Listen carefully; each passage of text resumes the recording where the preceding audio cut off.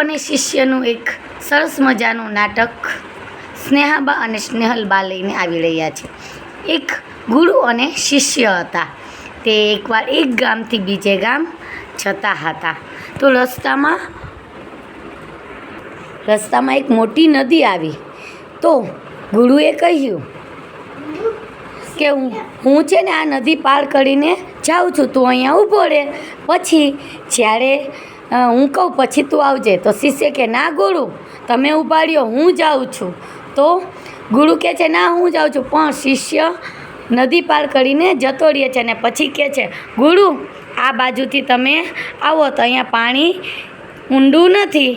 પછી ગુરુ આવી અને શિષ્યને કહે છે તું દર વખતે તમારી બધી જ વાત માને છે, તો આ વખતે કેમ તે મારી વાત ન માની?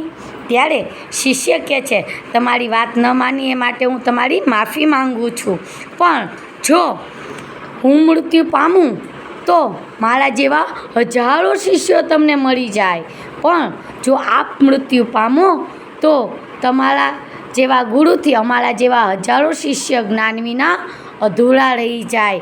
માટે મેં આવી ભૂલ કરી, એના માટે મને માફ કરજો.